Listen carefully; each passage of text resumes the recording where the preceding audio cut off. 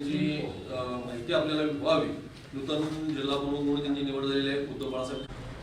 त्या संदर्भात थोडीशी आपलाशी संवाद व्हावा अशा दृष्टिकोनातून इथे बैठक घेतली. त्याबद्दल मी शिवसेना इचलकरंजी शहराच्या वतीनं आपलं स्वागत करतो.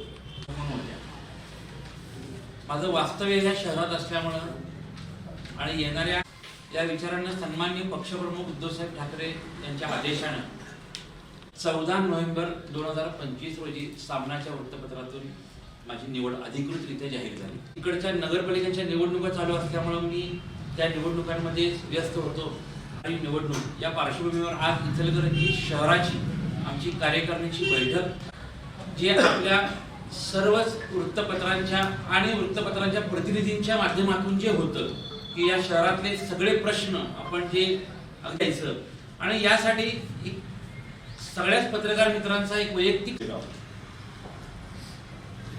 या शहराची जी काय संख्या आहे आज आरोग्याच्या प्रश्नासाठी आयजीएमचे असणारे विषय आणि ते सगळे घेऊन येणाऱ्या काळात शिवसेना आक्रमकरित्या इथं काम करते आपल्याला सगळ्यांना दिसेल. आणि आमची भूमिका मी तुम्हाला सांगतो की शिवसेना मजबूत होती आहे तीच आहे. थोडासा संघटनात्मक बांधणीचा तो थोडासा जो अभाव आपण त्याला म्हणू की काही गोंधळ, त्यामुळे निश्चित कार्यकर्त्यांच्यामध्ये एक संभ्रमावस्था होती. पण निश्चित शिवसैनिक कुठेही जात नाही, तो असतो शिवसेनेचा मतदार सक्रिय आहे. आज आमचे 2-3 पदाधिकारी वैयक्तिक कारणासाठी थोडे बाहेर असल्यामुळे उपस्थित नाही आहेत.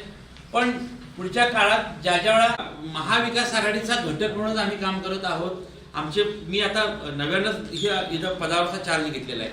माझ्या अगोदरचे सगळेच पदाधिकारी त्यांच्याबरोबर रोज एकत्र काम करतायत.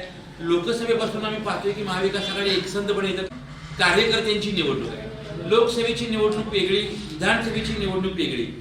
कार्यकर्त्यांचा मान सन्मान जपला गेला पाहिजे किंवा विश्वासात घेतलं जात नाही. तर अशा वेळेची गेले 2 वर्ष वाटा गटाचं इचलकरंजीत अस्तित्व कुठं दिसत फक्त शिवसेना पदाकडे दिसते.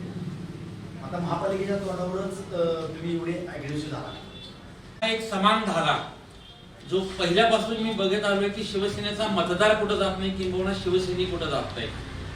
शिवसेना 3 वेळा मोठ्या प्रमाणात फुटली. राणे साहेबांच्या काळात फुटली, नंतर राज साहेबांच्या काळात फुटली, त्याच्या अगोदर 91 भुजबळ साहेबांच्या काळात फुटली.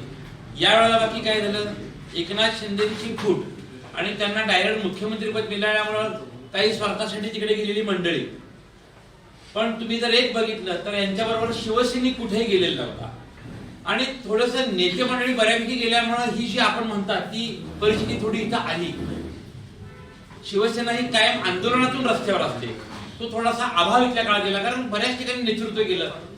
6 आमदार होते, ते 6च्या 6 आमदार आमच्यात निघून गेलेले, त्यामुळे ती थोडी होती. पण आम्ही सगळे परत ती उभा करू हा निश्चित विश्वास मी तुम्हाला या निमित्ताने देईन. ते काय धोरण तुमचं असणार आहे? हे येणाऱ्या काही काळात मी अगदी चित्र स्पष्ट करून देईन. कारण आजची भूमिका आमची आघाडी